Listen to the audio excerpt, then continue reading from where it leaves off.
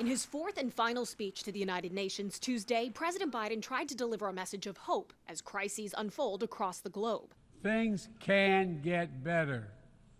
We should never forget that. The president reflected on challenges that met him when he took office, like the pandemic and what ended up being a chaotic and deadly withdrawal from Afghanistan. It was a decision accompanied by tragedy.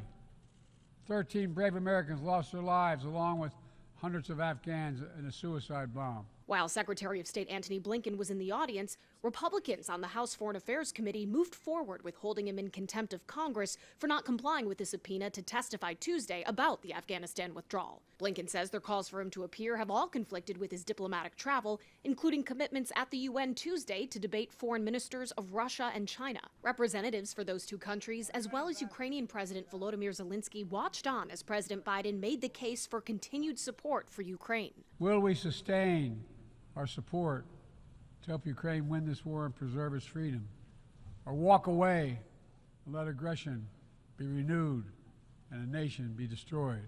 As he spoke, across the world, Israel and Hezbollah traded fire in a second day of airstrikes.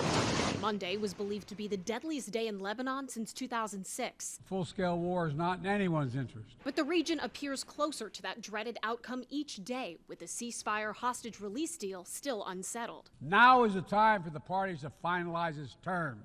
The global unrest costing tens of thousands of lives and threatening economic stability. When the CEO of America's biggest bank was asked what concerns him most, he said the war in Ukraine, violence in the Middle East, and rising tensions between the U.S. and China. And the attack fundamentally on the rule of law that was set up after World War II. If it really goes south, obviously it'll affect markets like you've never seen. At the moment, tensions on multiple fronts are only escalating, setting up a series of high-stakes challenges for America's next president. In Washington, I'm Atrel Nashar reporting.